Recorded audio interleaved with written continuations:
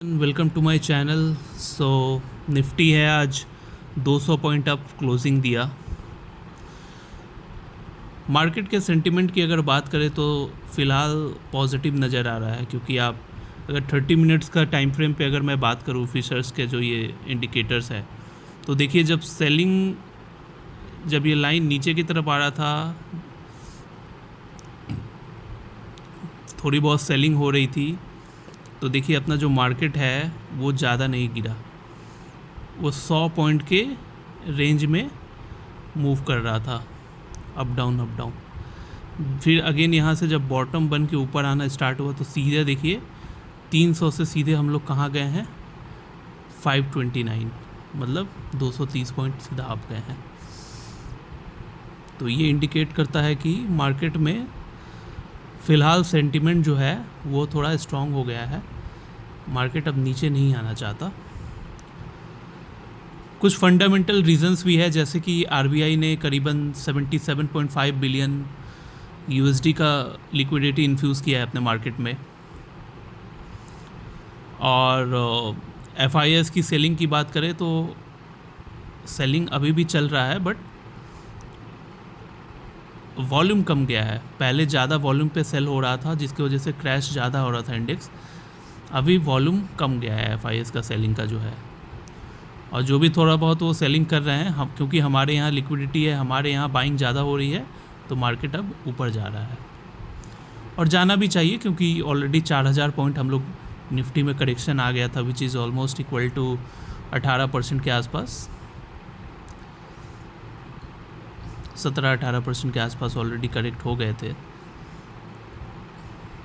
20% अगर करेक्शन हो जाता है, 20 से ज़्यादा अगर इंडेक्स करेक्शन हो जाता, तो टेक्निकली हम लोग बोल सकते हैं कि हम लोग हमारा जो बाज़ार है वो अभी मंदी में आ चुका है। तो कोई भी गवर्नमेंट हो या फिर पब्लिक सेक्टर इंटरप्राइजेस वगैरह जो भी हो, कोई नहीं चाहेगा कि फ़िलहाल हम लोग मंदी में आए, क्योंकि बाहर के जो मार्केट है, जैसे अगर चाइनीज़ मार्केट आप देखो, चाइनीज़ मार्केट अभी ऊपर की तरफ ट्रेड कर रहा है 5 महीने से। यूएस मार्केट भी ज़्यादा करेक्ट नहीं हुआ, 10% भी वहाँ करेक्शन नहीं आया है, और उनका जिस तरह का मूवमेंट होता है वो लोग 3 दिन में ना ऑल टाइम हाई पे पहुँच जाएंगे।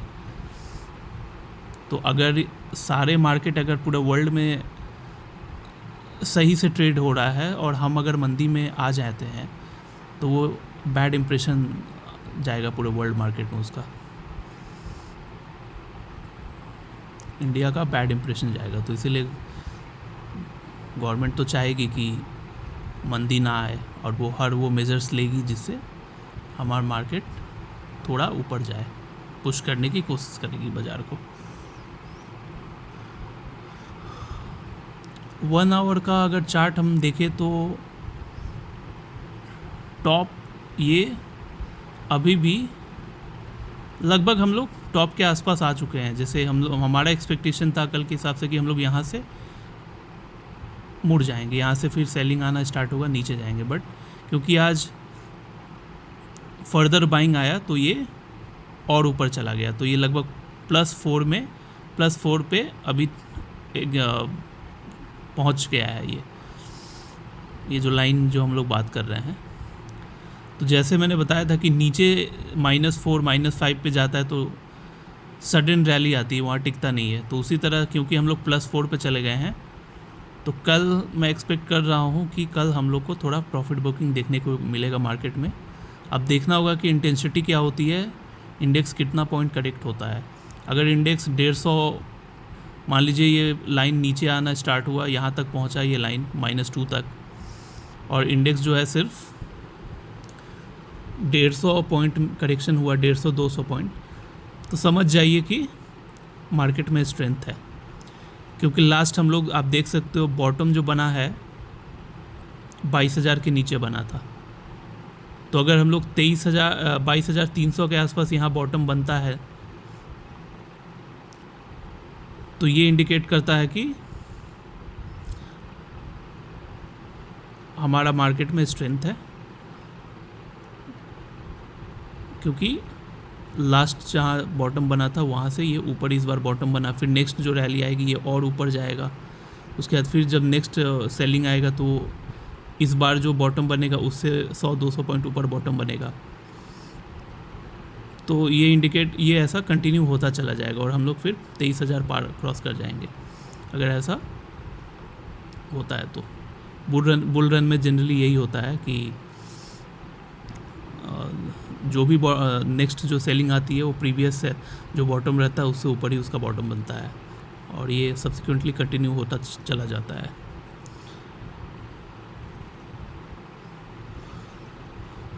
इंग्लिश में इसका एक टर्म है, मुझे याद नहीं आ रहा, मैं रिकॉल नहीं कर पा रहा हूँ। I think higher high lower low, higher high करके बॉटम फॉल, हाँ हायर हाई हाई ऐसे करके कुछ बोलते हैं उसको, एग्जैक्ट मैं टर्म अभी रिकॉल नहीं कर पा रहा हूँ।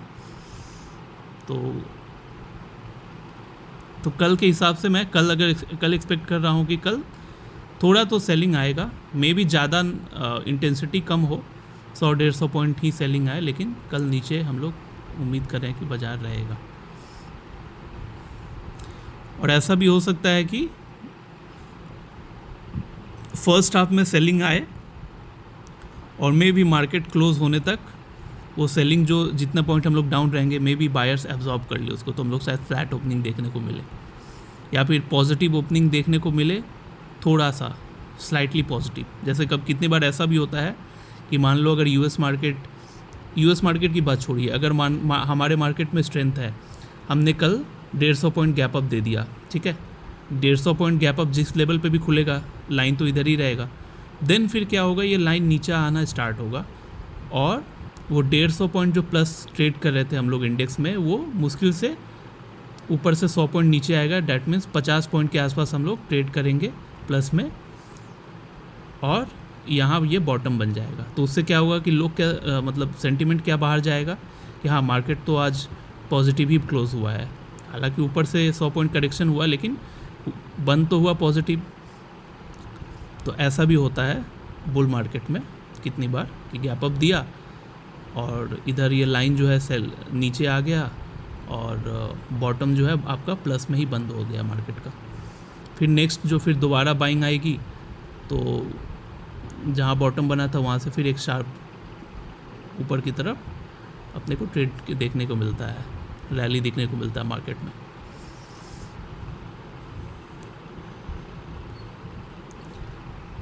अब अगर हम लोग स्टॉक्स की बात करते हैं तो स्टॉक्स में आज वोल्टास फिर से आज 1% अप था, ब्लू स्टार भी 1% के आसपास अप था। ब्लू स्टार लग रहा है कि थोड़ा अब खुद को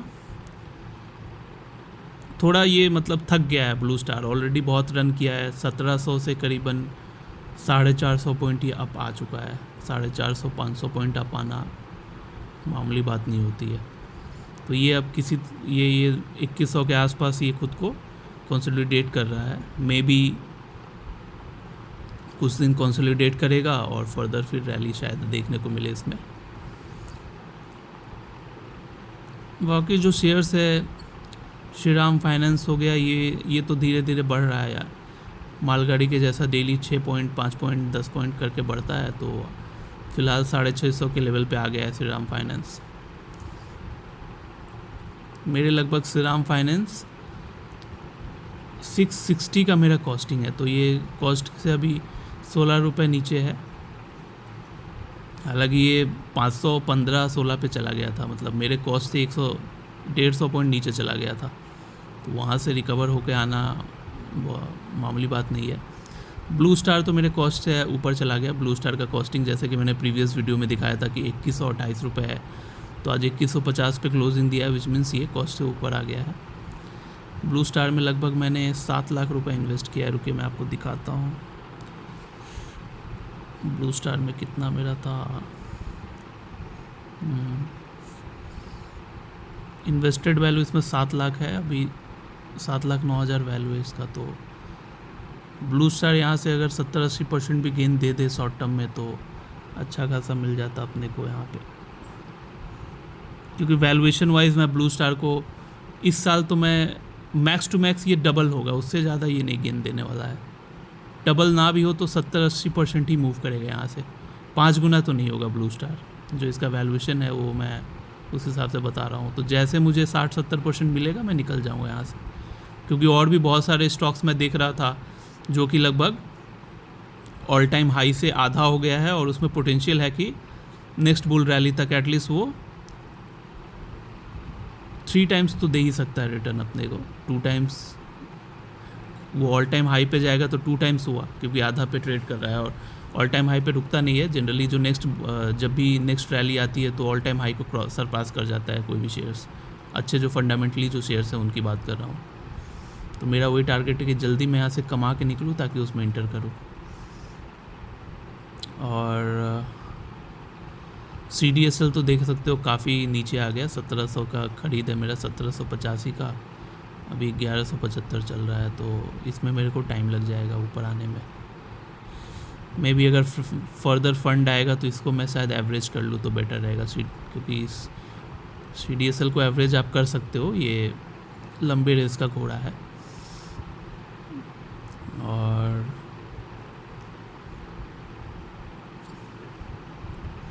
और भी है छोटा छोटा इन्वेस्टमेंट है। श्रीराम फाइनेंस में है, इसमें 5,10,000 इन्वेस्ट किया था, तो ये अभी 3% डाउन है, 17,000 नीचे चल रहा है, 16 रुपये बढ़ जाएगा। तो जैसे आप कॉस्टिंग देख सकते हो 666, ओके 22 रुपये अभी इसको और ऊपर बढ़ना है, तब जाके इसका कॉस्टिंग आएगा। और इतना फ़ोन आता है मेरे को ना, परेशान हो जाता मैं। ये हो गया। तो स्टॉक्स में लगभग ये तो मैं पोर्टफोलियो की आपकी बात करने लगा। अब हाँ, स्टॉक्स में लगभग सारे जो फंडामेंटली स्ट्रॉन्ग शेयर्स है सब में बाइंग आना स्टार्ट हो चुकी है, आप देख सकते हो। त्रिवेणी टर्बाइन, ये हालांकि करेक्शन भी काफ़ी हुआ था इसमें, तो आज ये 6% बढ़ा है। PG इलेक्ट्रोप्लास्ट लास्ट डे भी वो 3% बढ़ा था, आज भी 4% बढ़ा है। ये सब भी शेयर सही है। इरेडा ये भी 2% के आसपास मूव किया है आज, प्लस साइड। IRFC भी 2.5% बढ़ गया। लगभग सारे शेयर्स बढ़ना स्टार्ट हो गए हैं। पोर्टफोलियो की बात करें तो क्योंकि मेरा जो इन्वेस्टेड जो शेयर्स है जिसमें मैंने यूजली इन्वेस्ट किया है, तो वो उन सब में मूवमेंट ज़्यादा नहीं है, 1% 1.5% करके मूवमेंट है, इसलिए सिर्फ 32,000 ही बढ़ा। वरना अगर 6-7% अगर ब्लू स्टार श्रीराम फाइनेंस बढ़ने लगे तो मेरा पोर्टफोलियो एक एक दिन में 1,00,000 1.5 लाख रुपए बढ़ जाएगा आराम से। तो मैं उसी रैली का अभी इंतज़ार कर रहा हूँ कि जल्द अब अपने को उस तरह का रैली उस सब शेयर्स में देखने को मिले, क्योंकि काफ़ी दिन हो गया है।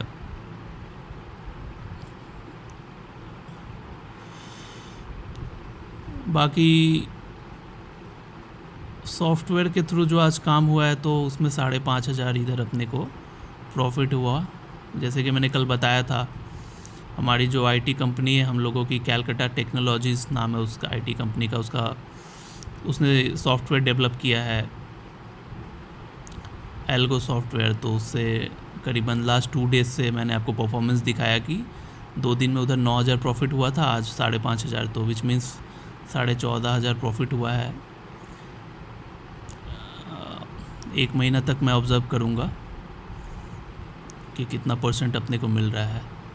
और एक चीज़ जैसे मैंने आपको स्टार्टिंग में ही बताया था कि निफ्टी प्लस में रहेगा तो हमें जब निफ्टी प्लस में रहेगा तो आप प्रॉफिट में निकलोगे, और अगर शार्प मूवमेंट आता है नीचे की तरफ तब भी प्रॉफिट में निकलोगे आप। तो आप देख सकते हो 2-3 दिनों से अपने को मार्केट में अच्छा खासा मूवमेंट देखने को मिल रहा है। करीबन इंडेक्स जो है 500-600 पॉइंट बढ़ गया 3 दिनों में, तो प्रॉफिट भी 10% देकर चला गया सॉफ्टवेयर। तो टोटल आज देखे कितना हुआ अपना धंधा, तो इधर 32,000 इधर रिकवरी आई इस पोर्टफोलियो में, इधर 5,500 विच मीन्स 37,000, 32,200 है ना, हाँ 37,000 आपका 700 रुपये यहाँ बना अपना। और अगर ब्रोकिंग पार्ट की बात करें तो ब्रोकिंग में क्या कवर है देखे, आज मूवमेंट काफ़ी था मार्केट में, तो ऑर्डर भी ज़्यादा पंच हुए होंगे। देखना है कितने ऑर्डर पंच हुए हैं। 429 ऑर्डर पंच हुए, विच मीन्स 10 रुपये के हिसाब से 4,290 रुपये। तो उधर 37,700 और इधर 300 उसमें ऐड कर दिए तो 38,000 हो गया, और 4,000 ने 42,000 का आज अपना धंधा बनाया। देखिए उम्मीद करते हैं कल कोई अगर मेजर करेक्शन ना आए, क्योंकि देखिए अगर कोई मेजर करेक्शन आता है तो पोर्टफोलियो जो होती है ना वो बहुत फिर नीचे चला जाता है, तो फिर मज़ा नहीं आता। आप देख सकते हो 7 लाख पे अपन आ गए। अब और यहाँ से पोर्टफोलियो अगर क्रैश ना करे, स्टॉक्स वगैरह क्रैश ना करे, धीरे धीरे ऊपर आ जाए तो अच्छा लगेगा अपने को। ब्लू स्टार वगैरह में उम्मीद कर रहा हूँ जल्द से जल्द, क्योंकि गर्मी अब शुरू हो गई है, तो 3,000-3,500 भी ये चला जाए जल्द से जल्द, ताकि मैं निकलूँ यहाँ से कमा के। क्योंकि उसमें ना अपने को कंपाउंडिंग का बेनिफिट मिल जाता है। मान लीजिए अगर 7 लाख रुपए जो इसमें लगा हुआ है, 3,500 अगर ये जाता है तो उसकी वैल्यू हो जाएगी करीबन कितना हुआ, 2,100, 14,000, आपका 12 लाख के आसपास उसका वैल्यू हो जाएगा। फिर 12 लाख को अगर आप ऐसे शेयर में लेके घुसते हो, जो कि करीबन चलो 3 गुना अगर ज़्यादा भी है तो 2.5 गुना क्षमता रखता है बढ़ने का, तो फिर 12 लाख इंटू 2.5 गुना आप कर लो, 30 लाख हुआ। तो ये हुआ कैलकुलेशन। बुल रन में हम लोग यही उम्मीद करते हैं कि जो शेयर में सबसे पहले रैली आ रही है उसमें आप पहले कमाइए, उसके बाद फिर उसके, क्योंकि बुल रन में ऐसा नहीं होता कि सारे शेयर्स एक साथ ही ऊपर आ जाते हैं। जैसे जो लोग भी 2020 का मंदी तो सबको याद है, रिकवरी आप अगर याद रखे हो तो आप देखना कि सबसे पहले जो लार्ज कैप के जो शेयर्स थे ना वो सबसे पहले ऊपर आए थे। 2020 का जो क्रैश होने के बाद जो रिकवरी आई थी, जिसमें अपना रिलायंस तो सबसे पहले ऊपर आया था। रिलायंस को मुश्किल से 1 महीना 1.5 महीना लगा था, जो उसका लो था 700-800 का, वहाँ से 1,400 में आने में। देन 1,400 पे आके वो अटक गया, वो रुक गया। फिर तो जो लोग स्मार्ट इन्वेस्टर है वो लोग रिलायंस में पहले पैसा बनाए, उस पैसे को निकालें, देन फिर किसी मिड कैप को पकड़ा, मिड कैप में फिर 2-3 गुना किया, फिर लास्ट में स्मॉल कैप पकड़ लिया। क्योंकि स्मॉल कैप में ना बुल रन जब भी आता है तो आप ये चीज़ नोटिस करना कि सबसे पहले लार्ज कैप में रैली आती है, then mid cap, then small cap. चलो अगर उस वे में आप नहीं, अगर ये तो मैं पास्ट रिज़ल्ट की बात किया, 2020 में ऐसा हुआ था। इस बार अगर लार्ज कैप में नहीं आता है तो एटलीस्ट आप ये चीज़ ध्यान रखना कि जो शेयर्स हो रहे हैं, जो शेयर्स सबसे पहले कौन ऊपर जाएगा, जिसका नियर टर्म में 4-5 महीने में सबसे ज़्यादा उसका डिमांड है, उस कंपनी का ज़्यादा मतलब बिज़नेस ग्रो करने वाला है। जैसे कि उस वक्त रिलायंस का रिकवरी करने का ये भी रीज़न था कि मुकेश अंबानी साहब ने स्ट्रैटेजिकली, किसी ने सोचा भी नहीं था, उसने वर्ल्ड के टॉप 10 रिचेस्ट मैन में से 2-3 लोगों से फंडिंग उठा लिया। मतलब किसी ने उस वक्त सोचा नहीं था कि जियो जो है, मान लीजिए आपके यहाँ खाने पीने का लाला पड़ा है, जब लॉकडाउन आया अपना शेयर बाज़ार में नहीं, सॉरी, पूरे ऑल इंडिया में जब लॉकडाउन आया, कमाई लोगों की बंद हो गई, खाने बिना लोग मर रहे हैं, उस वक्त ये 40-40 हज़ार करोड़, 50-50 हज़ार करोड़ ऑनलाइन आकर अनाउंसमेंट कर रहे हैं। कभी ज़करबर्ग से 50,000 करोड़ ले रहे हैं फंडिंग, मतलब अपना ऑब्वियसली अपने शेयर्स उनको दे रहे हैं और फंडिंग उठा रहे हैं उनसे। कभी ज़करबर्ग से ले रहे हैं, कभी फेसबुक से ले लिया, कभी गूगल से लिया, कभी ऐसे कर करके जो टॉप 5 जो बड़ी बड़ी कंपनियां हैं उनसे पैसे उठा रहे हैं। तो ये इस डिसीजन के वजह से लोगों को लगा कि हाँ ये एम्बिशियस है काफ़ी, तो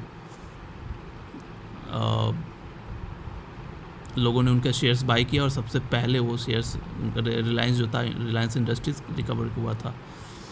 तो इस बार चलो मैं लार्ज कैप वाला फार्मूला हटा देता हूँ, इस बार क्या है कि हम लोग उम्मीद कर रहे हैं कि नियर टर्म में 3-4 महीने में 6 महीने के अंदर जिस जिस कंपनियों का बिज़नेस काफ़ी अच्छा ग्रो करने वाला है तो वो उसका शेयर सबसे पहले बढ़ेगा, जिनमें से ये सब एसी मैन्युफैक्चरर वगैरह हम लोग एक्सपेक्ट कर रहे हैं कि अभी गर्मी आ रहा है, समर सीज़न आ रहा है, तो इसमें ये एसीज़ का शेयर्स भागेगा। तो आपके पास प्रूफ है, आप देख लो 7 दिन में जो मूवमेंट आया आपके सामने प्रूफ है, 1700 से 2150 पे आ गया।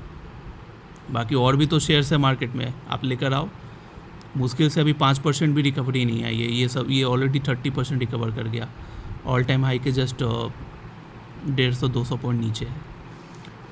तो अपना यही टारगेट है कि जिस कंपनी में सबसे पहले रिकवरी आएगी उसको हम लोग हेविली बाई करके बैठा हुआ हूँ। रिकवरी जब आ जाएगी सेल करूँगा, देन नेक्स्ट जिसका नंबर है उसमें घुसूँगा। ऐसे कर करके 3-4 स्टेप में ना लंबा कैपिटल बन सकता है, बन जाएगा। कंपाउंडिंग का आपको बेनिफिट मिल जा रहा है। जैसे कि आपको बताया कि 7 लाख है, ये अगर 11 लाख 12 लाख हो जाता है इसका वैल्यू, निकल जाओ, फिर उस शेयर को पकड़ो जो मिनिमम 6 महीने 7 महीना में डबल होने वाला है, तो 12 हो जाएगा 24। फिर 24 लाख जब आपने सेल करके निकला अभी से 9-10 महीने बाद, तो फिर उसको लेके ऐसे शेयर्स में घुसो, क्योंकि ऑब्वियस सा बात है जब वो डबल होगा तो मार्केट तब तक ऊपर आ गया रहेगा तभी ना डबल होगा। तो जब मार्केट ऑलरेडी अब ऊपर आ गया, वहाँ से मुश्किल से 1500-2000 पॉइंट ही इंडेक्स को रैली करना है, तब आप ऐसे शेयर्स में घुसोगे जिसमें आपको 40-50% ही मिलेगा। क्योंकि उस वक्त अगर आप सोच रहे हो 5 गुना मिल जाए तो नहीं मिलेगा, क्योंकि इंडेक्स जब 1500-2000 पॉइंट रैली करता है तो मुश्किल से 40% भी अगर मिल जाए ना बहुत है। तो फिर उस वक्त आप 40% वाला शेयर टारगेट करोगे, तो 24 लाख रुपए अगर आपको 40% देता है 36 लाख हो गया। तो कंपाउंडिंग हुआ ना आपका 7 लाख रुपए 36 लाख हो गया एक साल में। तो समझ लो आप खुद 5 टाइम्स हो गया कि नहीं। और ऐसे आप टेक्निकली अगर कोई एक शेयर्स लेके बैठ जाओ और ये 5 गुना होगा तब बेचेंगे, तब तो 5 साल लग जाएगा भाई साहब 5 गुना होने में। तो अगर आप इस वे में खेल सकते हो तो ज़्यादा जल्दी आपका पैसा मल्टीप्लाई होगा।